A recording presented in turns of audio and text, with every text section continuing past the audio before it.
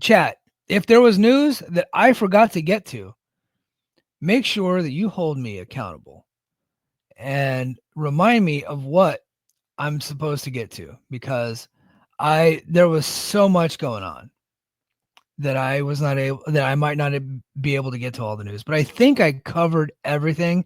And what I didn't cover is going to be talked about on the recap. So, all right, let's get to it.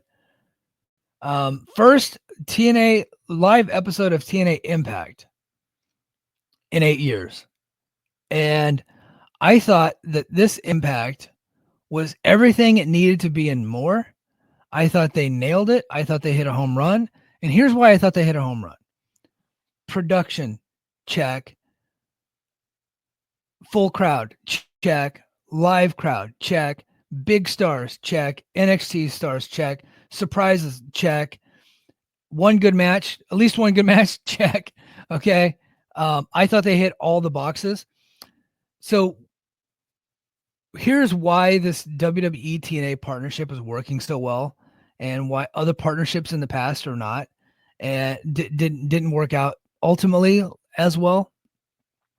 I think that these two fan bases are very compatible, and what TNA is capable of doing is similar to what WWE does, like as far as their TV show goes and what they do in the ring.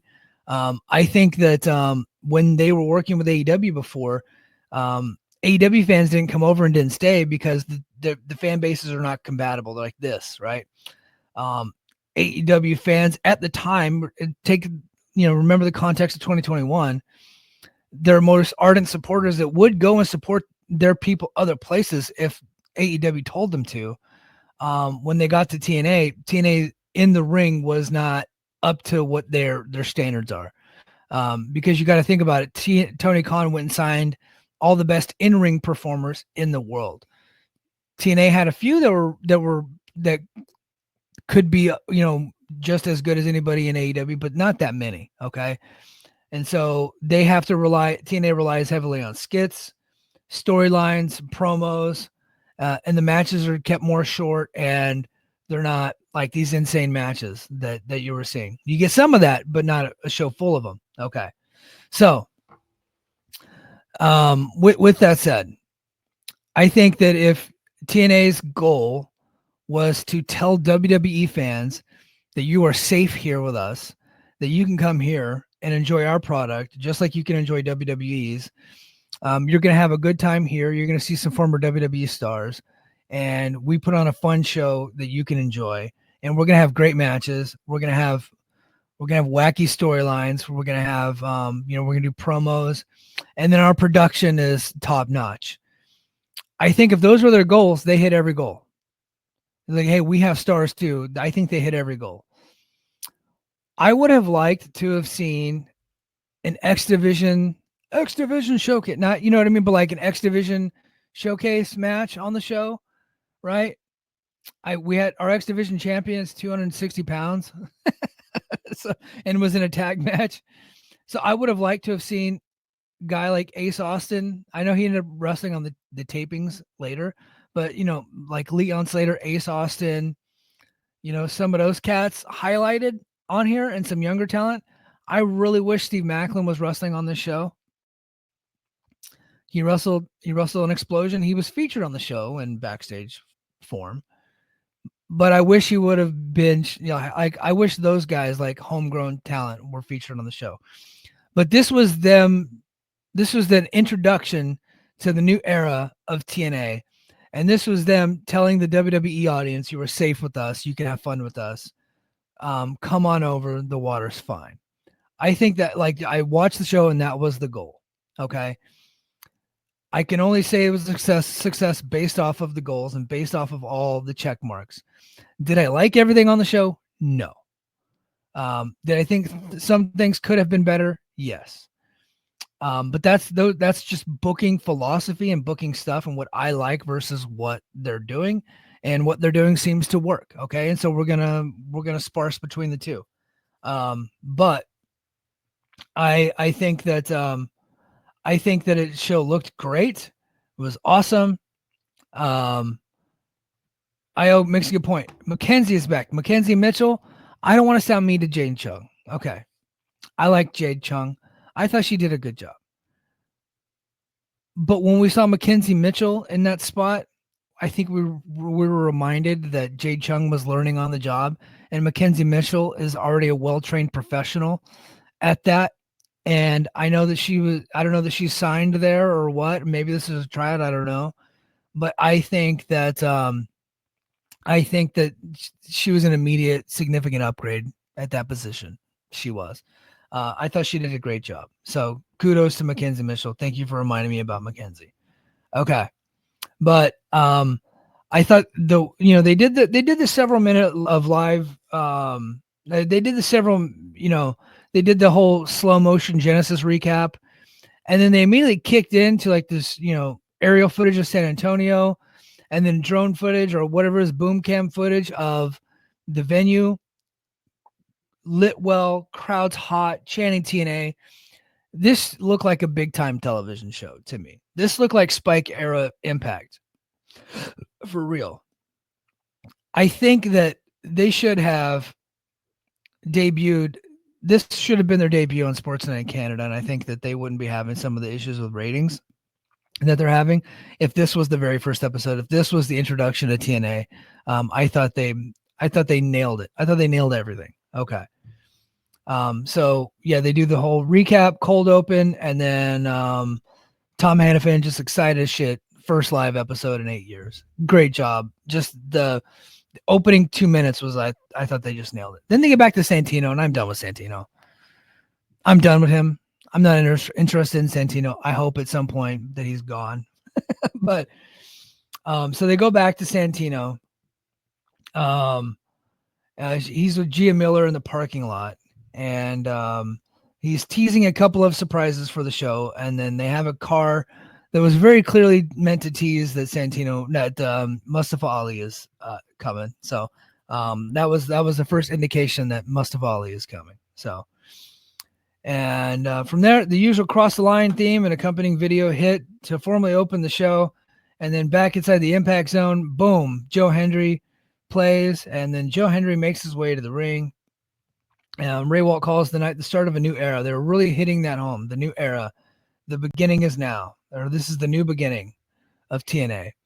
They're shown on camera, and then they emphasize how important tonight is to TNA and how significant being live is.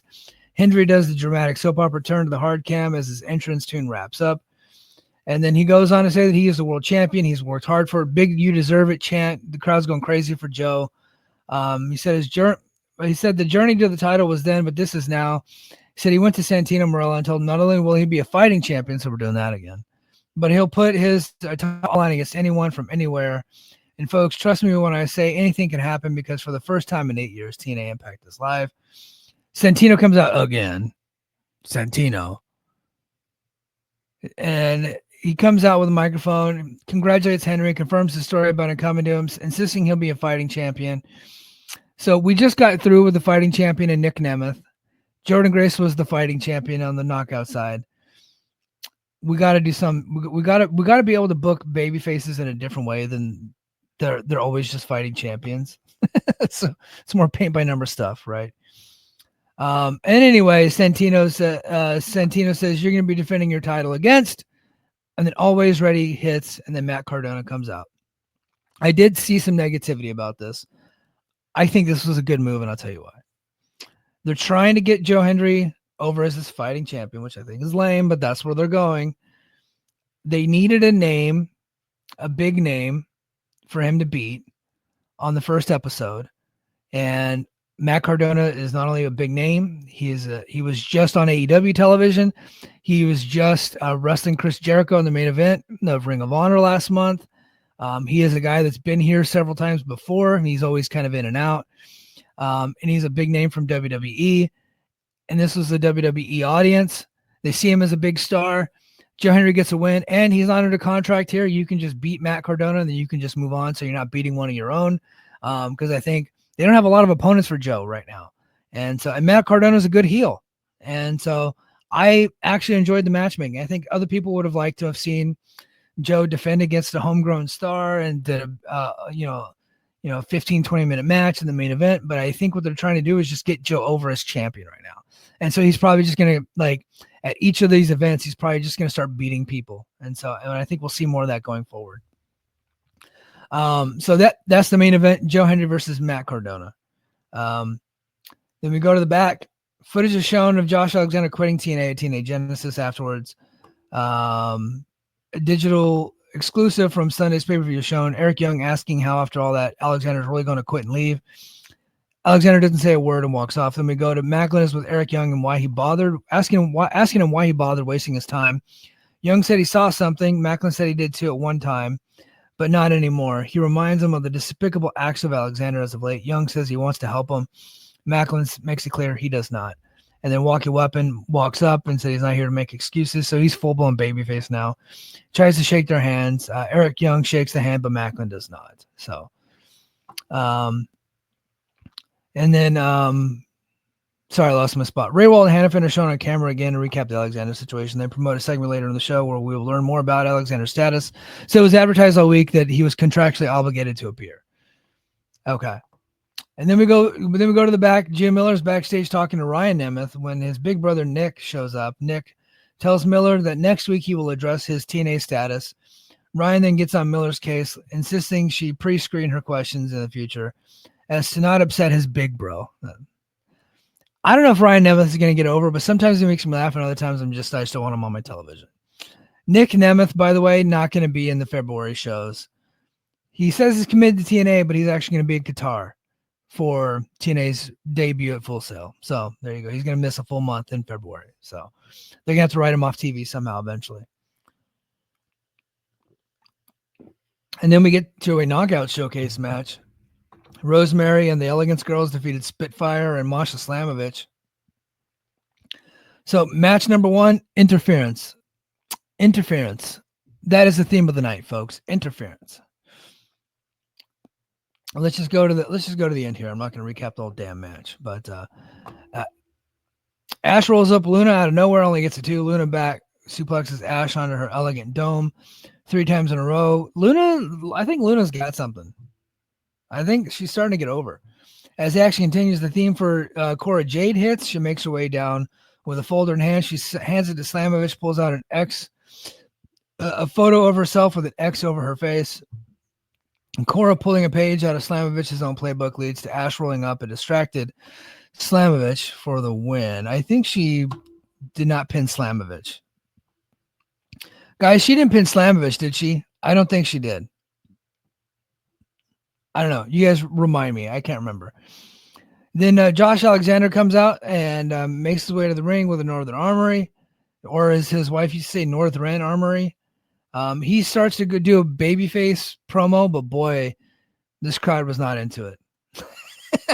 They shit all over it. Honestly, they were still booing him.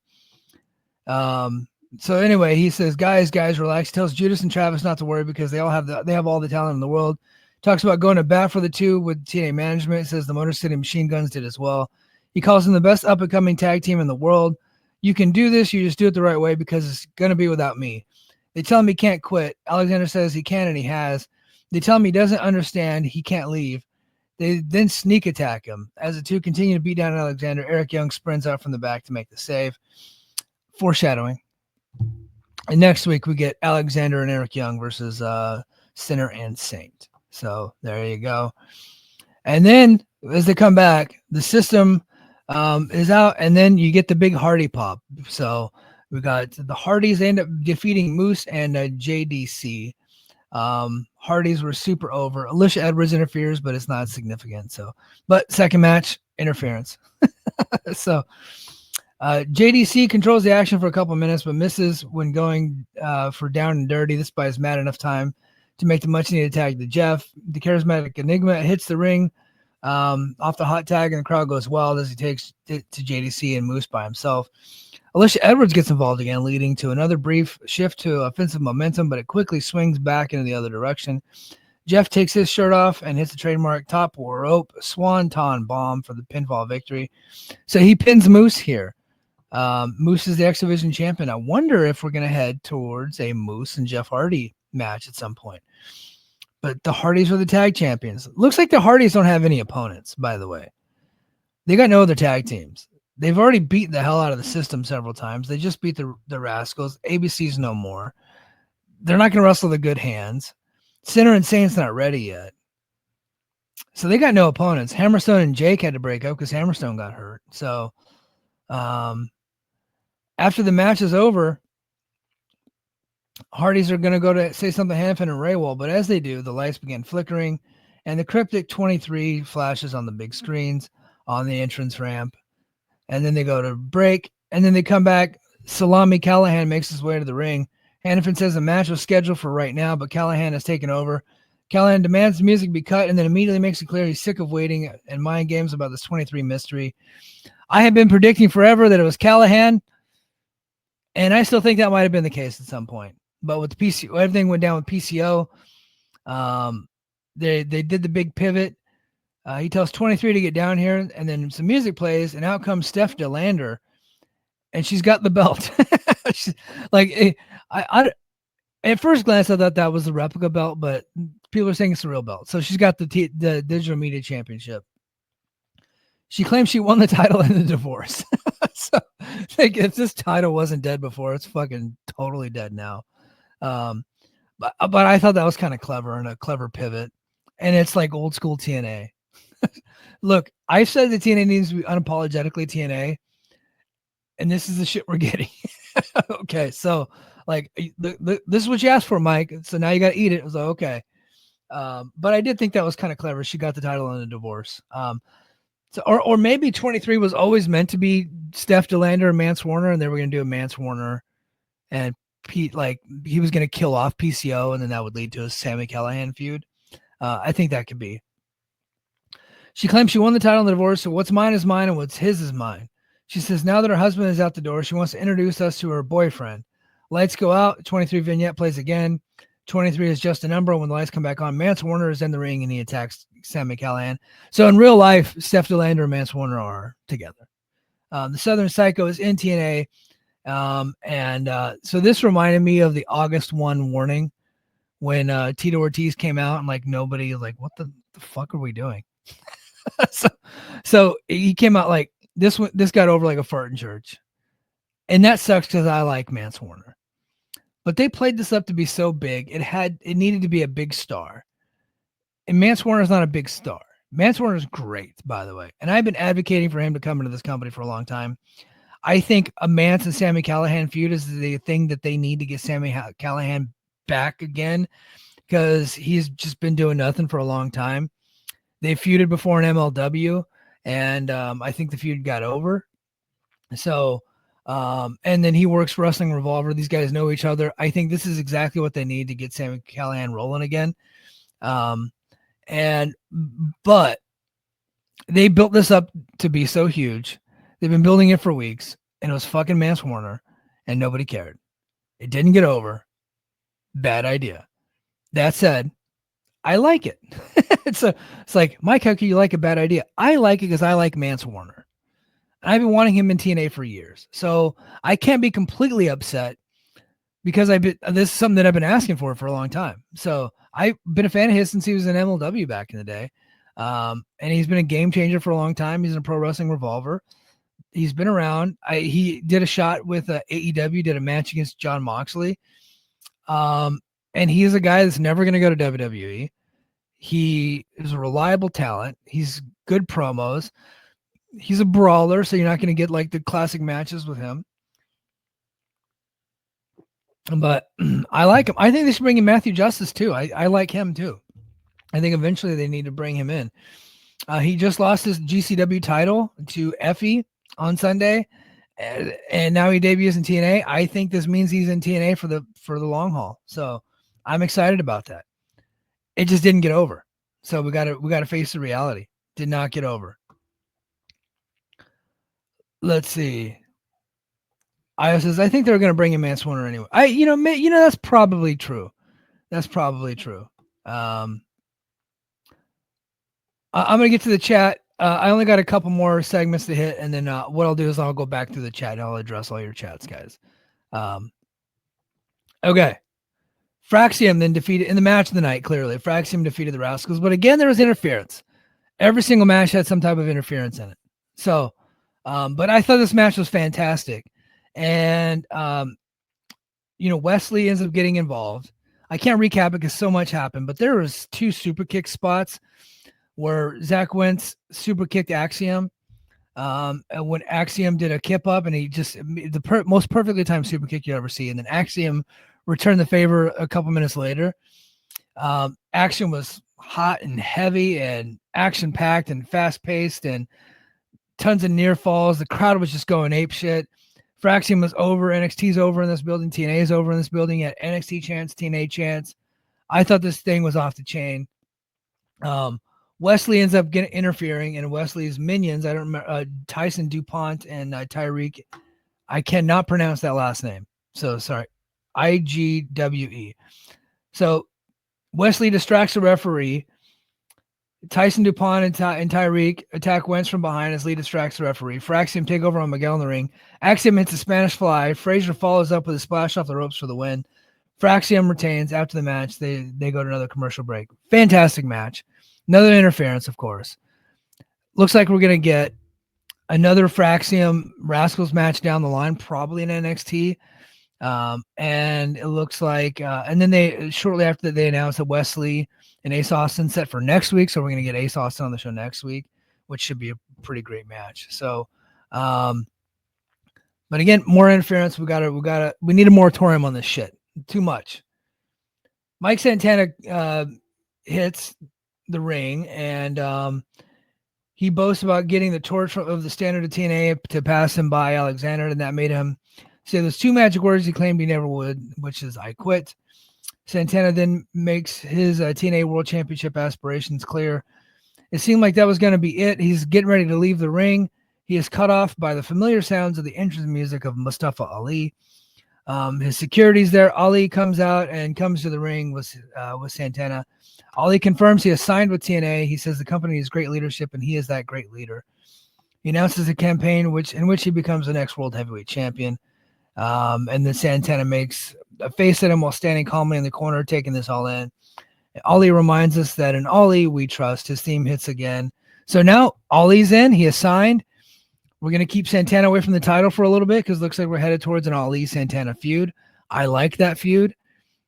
I think that should be a feud for the World Championship at some point, but looks like we're going to get it right now to keep either one of them away from the title for a while because Joe needs to have a reign. A lot of people are saying Joe needs to lose the title right away. I don't think so. Like, I think he needs to actually have a title reign. And then Tessa Blanchard comes out, and she had a lot of heat. There were no racist chants, and I thought she fucking nailed her promo. So I thought she was great. I know that's controversial. I know. And then Miguel Contreras, shit stirrer, made some I'm a Tessa Blanchard guy signs and passed them out. And then that got on camera, and that pissed a lot of people off. And somebody DM'd me and was like, oh, TNA planted that. No, Miguel made those. So, and he's, maybe I shouldn't have said that. I'm sorry. But it's, it's out there on Twitter. So, and I think he's admitted as such. So, but yeah, he's like a super fan. He goes to a lot of the shows. And so he was front row holding the signs. And so, and he's obviously Latino. And so I think people are like, he's a racist too. It's like, no, look at the brother next to him. Miguel, not racist. So I can assure you of that. So, and he's a good dude too. Really nice guy. I've had some good interactions with him in the past. So, but he's just a big fan. And so, but the internet went wild with that one. I was like, God damn, Miguel, you're going to get yourself some heat, dude. So, but I thought she nailed her promo. She's a really good promo. Like, look, there's never been an issue with Tessa's work or her promos. Like, she checks every box. She's just a pain in the ass, right? And she's got her baggage with her. So far in TNA, so good, right? So we got to judge her based off what she's doing right now, right? That 5 years ago is 5 years ago. Who is she today? If she's a model citizen today and is doing all the right things today, I think we got to judge her based off what she's doing right now. Some people don't have that in them. A long time ago, decided that I couldn't be sanctimonious and enjoy pro wrestling at the same time. So I just can't live like that. Other people don't want to give anybody chances. They want to just judge people based off of their worst moments. And I get that. Like, you want to be sanctimonious. I just can't do it. I just don't have it in me anymore. It's like fucking life's too short to constantly have like the spreadsheet of everybody's bad deeds that they've done all throughout their life and continue to just hold grudges against them and watch them on television angrily. I just can't. So what I see on TV, she's doing great. But she talked about the history of the Blanchard family and U.S. The Southwestern Championship Wrestling. They were the original TV show on wrestling show on USA Network before the WWF. They just didn't have the funds to kind of keep up. They were paying for the time slot. It was the whole thing. Read Death of the Territories. Good stuff. The only thing San Antonio is famous for is losing the Alamo. She talks about it, which got a lot of heat. She talks about her family looking at her and seeing something greater than any Von Erich, any Stone Cold Steve Austin, or any Funk. Tessa, you're going to be great. She said most parents don't do that. She have to pay the price to be great. Fans can say whatever they want about her, but you will never hear that Tessa Blanchard is not great. The standard here in TNA wrestling has just been raised. It's time to step up or shut up. At TNA Genesis, I took out the trash. Now it's time to get back to business. She claims Tessa Blanchard answers to no one, and her music hits again to wrap things up. They also showed Tully in the crowd. I want them to bring Tully in.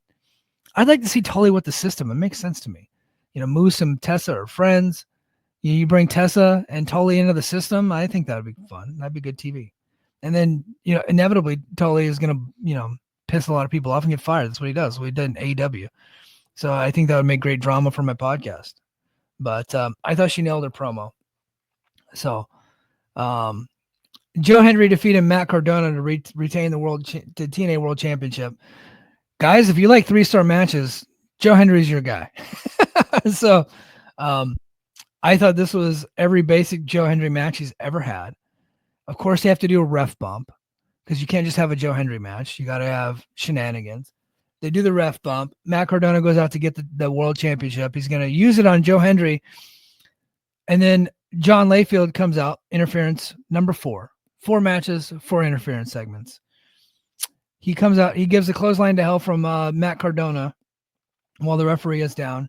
And then he just stares awkwardly at Joe Hendry, and Joe Hendry stares back in his eyes, and they're just looking at each other for like 30 seconds.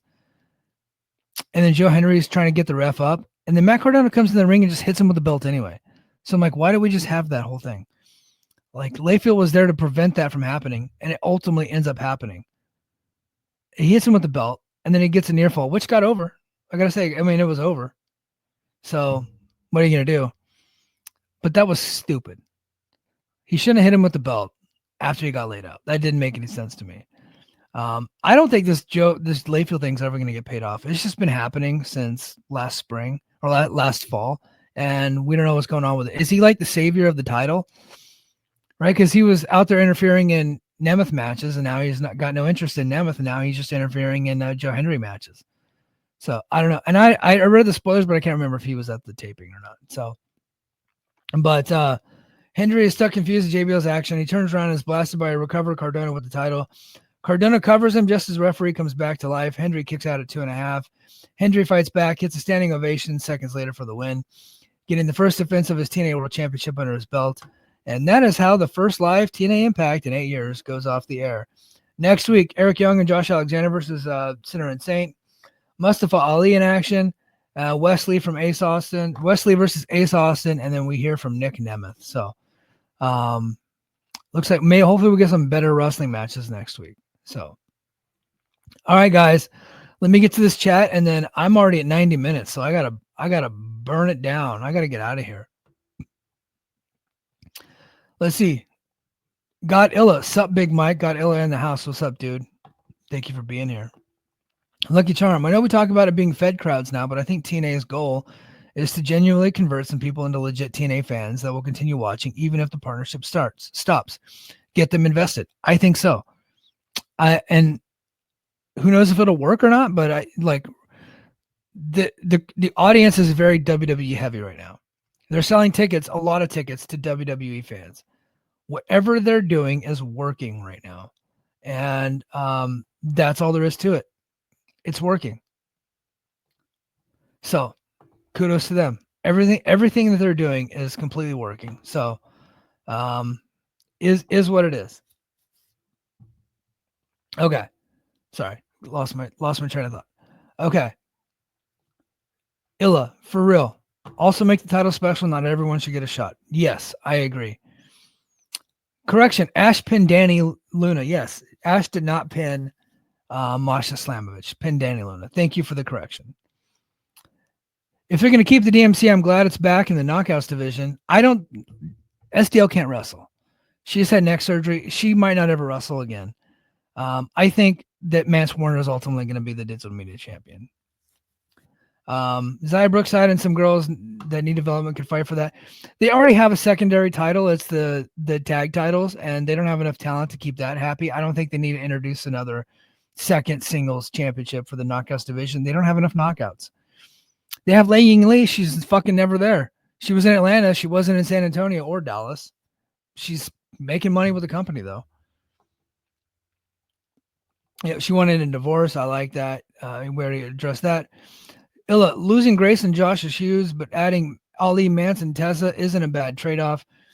Yeah, you know what? Like, you lose people and then you bring new people in this cycle of pro wrestling. Fraxiom is so good, especially Nathan. Dude is fast. Yeah, he is great. I would not be surprised if Mustafa Ali is champ heading into Slammiversary. People want Joe. They wanted Joe Hendry to get the title so bad. A lot of people are already writing off him having a title reign. They're already kind of like booking him losing it, and people are predicting he's going to lose it soon. I think the guy's going to get a reign. I know that we would want to see Mike Santana have, be in the world title match at the UBS Arena. And that would be difficult if Joe Hendry is the champion. I get that, but let's just see it play out. Like, let's let the guy have a title reign first. Miguel is my homie. Yeah. Everybody likes Miguel. Miguel said she was nice backstage and surprised folks who came to see her. Miguel said. So apparently, Miguel, not only Miguel, but a lot of people that were there said that Tessa had a really long line for autographs and merch. She was behind the Hardys and Joe Hendry, but it was like she was like right down below them. So she did. Yes, I just said that in the chat. Yeah, I wish they did. Hendry, Hardys, Tessa sell merch and meet and greets. There were puta chants. Well, yeah, she's a heel, and she's doing her lucha libre gimmick right now. Okay. Lucky Charm says, so is John Layfield going to be involved in every important world title match? There's no explanation. Silly me to think this would stop with Nick. So I'm like, if we're not going to build towards a Layfield Hendry match, then what are we doing? Like, what's the point of having this guy out? I'm at the point now where I'm done with it. I'm just not interested anymore. Let's see. Lit Crowd San Antonio episode's coming. And so do we need to forget about the International Heavyweight Championship? Yes, we do. I think that's dead. That was just a consolation prize to PCO. They restored that title from the Montreal territory back in the day. And because he wanted to be the world heavyweight champion, and they said no. So that's why that was. But all right, guys, 94-minute brace for impact this week. I had a ton of news. I hope I got to everything. I hope I explained some stuff clearly and kind of presented a different picture than what's being put out there. Thank you guys for being subscribers. If you're watching this Impact recap on like Wednesday or Thursday, you could have had this on Saturday if you're a Patreon subscriber. Patreon.com. Link is right here in it. Patreon.com/The Mike and JD Show. Make sure you like, comment, and subscribe. Thank you for being here. That is going to do it for me this week on Brace for Impact. And until next time, mahalo.